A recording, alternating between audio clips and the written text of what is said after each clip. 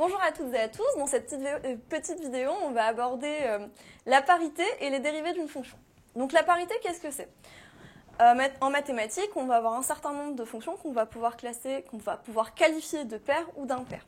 Les fonctions paires, typiquement le x carré ou le cosinus x, va s'exprimer par une courbe qui aura un axe de symétrie. Cet axe de symétrie, ça sera l'axe des ordonnées. Donc à ce niveau-là, sur la courbe en vert, on peut voir que si on plie la feuille où est dessinée la courbe en fonction de l'axe des ordonnées, les deux morceaux de courbe vont se superposer. Mathématiquement parlant, ça s'exprime par quoi? Ça s'exprime par f de x égale à f de moins x. C'est-à-dire que si je prends pour x au carré 2, 2 au carré ça donnera 4, mais alors moins 2 au carré ça donnera également 4. On voit bien qu'on obtient la même chose et que la symétrie se fait selon l'axe des ordonnées. A contrario, on aura une fonction impaire cette fois-ci, qui elle n'aura pas un axe de symétrie, mais un centre de symétrie. Ce centre de symétrie, ça va être le 0. On voit bien que si on essaye de construire la symétrie d'une moitié de courbe, on obtient l'autre, qui est inversée. Mathématiquement parlant, cette fois-ci, ça va se traduire par f de moins x égale à moins f de x. On peut prendre pour exemple x cube ou sinus de x. Si je prends 2 au cube, j'obtiendrai 8.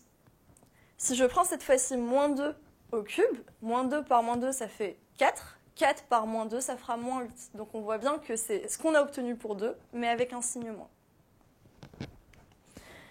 Une dérivée. Une dérivée, qu'est-ce que c'est? Une dérivée, ça va être une variation d'une fonction. C'est-à-dire qu'on va étudier comment la fonction va varier en fonction d'une certaine variable. Cette variable, ça peut être le temps, ça peut être x, ça peut être y, ou autre.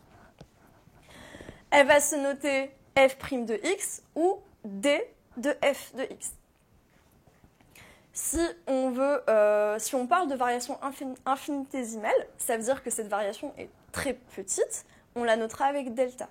Mais au final, il n'y aura rien qui changera. Une dérivée seconde, ça va être... alors si on prend une fonction, qu'on la dérive une fois, on va obtenir une nouvelle fonction. Si on veut la redériver une deuxième fois, on obtiendra ce qu'on appelle une dérivée seconde.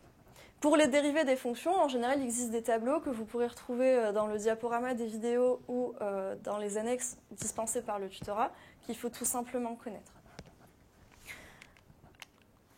On pourra également faire ce qu'on appelle des dérivés partielles. Alors, des dérivés partielles, c'est-à-dire qu'on va considérer une fonction qui dépend de plusieurs variables. Dans ce cas-ci, elle dépend de x, y et z. Si on demande une dérivée partielle par rapport à x, ce qu'on va faire, c'est qu'on va prendre la fonction, qu'on va la dériver en considérant qu'il n'y a que x comme variable. Ça veut dire que tous les termes qui vont dépendre de y ou de z vont être considérés comme constants et vont être dérivés comme s'ils étaient des constantes. Donc si on nous demande la dérivée partielle par rapport à x seulement ou y seulement, il suffit de faire donc cette dérivée en fonction de la variable. Et si on nous demande la dérivée de la fonction entière, il va falloir faire les différentes dérivées partielles et ensuite les additionner. Je vous remercie.